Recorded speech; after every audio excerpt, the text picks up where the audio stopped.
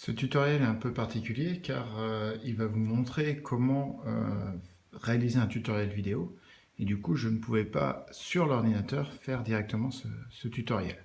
Donc j'ai mis mon téléphone sur un pied et en fixe quoi. Et donc là c'est le téléphone qu'enregistre mon écran d'ordinateur. Donc là, vous allez pour... en fait, il s'agit donc de réaliser un tutoriel vidéo. Vous allez sur Mozilla et j'ai cherché un petit peu ce qui se faisait. J'ai trouvé quelque chose qui me correspondait à peu près à ce que je voulais. Donc, je voulais quelque chose qui soit gratuit. Euh, donc là, dans les recherches, vous tapez ApowerSoft,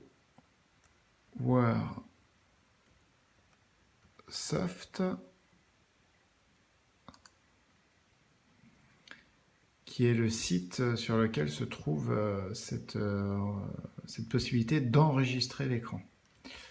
Donc ça, c'est un truc Google, on s'en fiche. Tac, oui, ok. Donc ici, vous avez comme solution donc ApowerSoft, solution multimédia pour le business et des besoins. Et donc, notamment, ils offrent un enregistreur d'écran gratuit. Donc, c'est ce que je vais essayer de... Ce sur quoi je... Enfin, c'est le logiciel, c'est pas un logiciel, c'est le service avec lequel j'ai pu réaliser les tutoriels des différentes vidéos présentées lors de cette formation.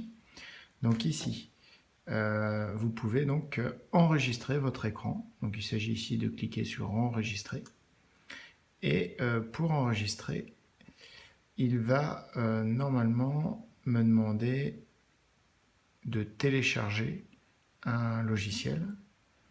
Voilà, veuillez télécharger le déclencheur et l'installer avant de démarrer l'enregistrement. Donc je vais télécharger le déclencheur. Vous avez choisi d'ouvrir ApowerSoft, etc. Voulez-vous enregistrer ce fichier? Oui, je veux l'enregistrer.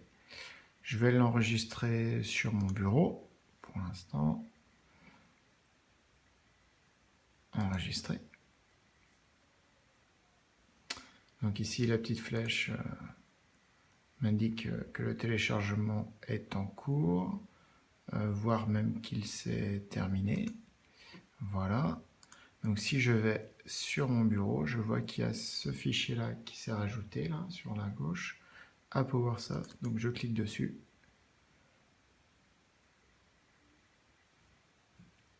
Et s'installe un petit logiciel qui va me permettre de faire mon enregistrement d'écran.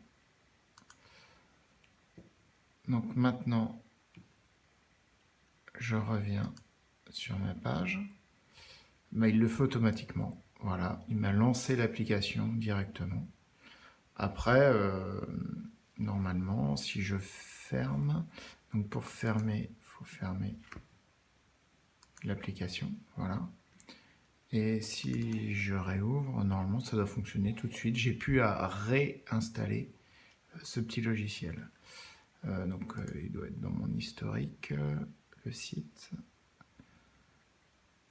Enregistreur d'écran, voilà, je retourne sur ce site, et si j'appuie sur enregistrer, alors il me propose ça, je ne sais pas pourquoi, ça sert à rien. Là il lance l'application, et voilà. Donc ici je vais le fermer. Donc il y a un petit cadre, dans ce cadre c'est l'espace de mon écran qui sera enregistré. Donc je peux choisir de n'enregistrer en vidéo qu'une partie de mon écran, ou alors tout l'écran. Donc là, je peux laisser la barre des tâches, là, par exemple, en bas. Ici, c'est le format. Donc on peut le personnaliser ou donner des formats plein écran, etc. Donc vu que je l'ai personnalisé, là, il se met automatiquement aux tailles que j'ai définies avec l'encadrement. Vous pouvez décider ici de mettre un microphone, un système son, donc ça doit être les sons de l'ordinateur et le microphone, ou que les sons de l'ordinateur, ou alors aucun son, faire juste un tutoriel voilà, muet. Il est possible aussi ici d'enregistrer l'écran, mais aussi de s'enregistrer à travers la webcam. Bon, voilà à peu près les fonctionnalités. Ici, ça c'est pour réduire, ça c'est pour fermer. Il y a des paramètres. Voilà. Par exemple, on peut arrêter l'enregistrement en appuyant sur CTRL F10, reprendre ou faire pause avec CTRL F7, et afficher et masquer la barre d'outils. Parce que, alors voilà ce qui se passe quand je lance un enregistrement. J'appuie sur REC et il me demande si je suis prêt. Le microphone est activé et avec les touches Alt, CTRL Alt E, je peux masquer la barre d'outils que vous allez voir ici. Donc ici, c'est parti, l'enregistrement commence.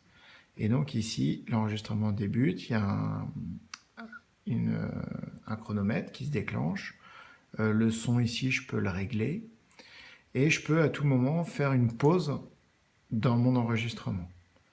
Il y a quelque chose qui ne va pas, ça prend trop de temps, ou je me suis trompé, puis je reprends ensuite. Par contre, je ne peux pas effacer, ça faudra le reprendre sur un logiciel de création de vidéo, logiciel de production de vidéo ou de transformation de vidéo plutôt. Donc là, je peux mettre pause, et puis surtout, je mets enregistrement nouveau. Ça, cette barre d'outils, je peux l'effacer. Je peux la masquer de manière à ce que la personne ne la voit pas. Donc j'appuie sur Alt, CTRL Alt, E, et voilà. C'est effacé. Donc là, je peux effacer. Tout ce que je fais maintenant à l'écran va être enregistré. Donc ouvrir un logiciel ou le panneau de configuration, peu importe. Tout ce qui va être à l'écran va être enregistré. Si à un moment donné, je veux arrêter ou mettre pause, soit j'utilise les touches qui étaient indiquées tout à l'heure, soit je raffiche ma barre d'outils, et là, à nouveau, je peux mettre pause. Donc ici, la vidéo, elle est terminée. Je peux appuyer soit sur rouge, dans ces cas-là, je ne la prends pas en compte, il faut que je recommence, ça ferme l'outil. Soit je trouve que voilà, j'ai terminé ma vidéo, j'appuie sur le petit bouton vert ici. Il prépare ma vidéo.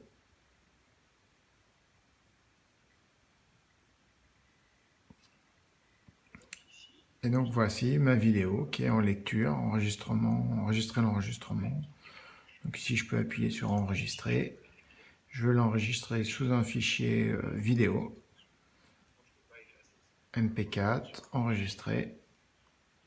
Et donc ma vidéo est maintenant enregistrée. Je peux fermer. Et donc je peux fermer mon logiciel. Et ma vidéo va être enregistrée dans un dossier. Normalement, ça doit être dans mes documents, à PowerSoft. Et ici, on voit que le 3 juillet, j'ai réalisé une vidéo. Si je la lis avec VLC.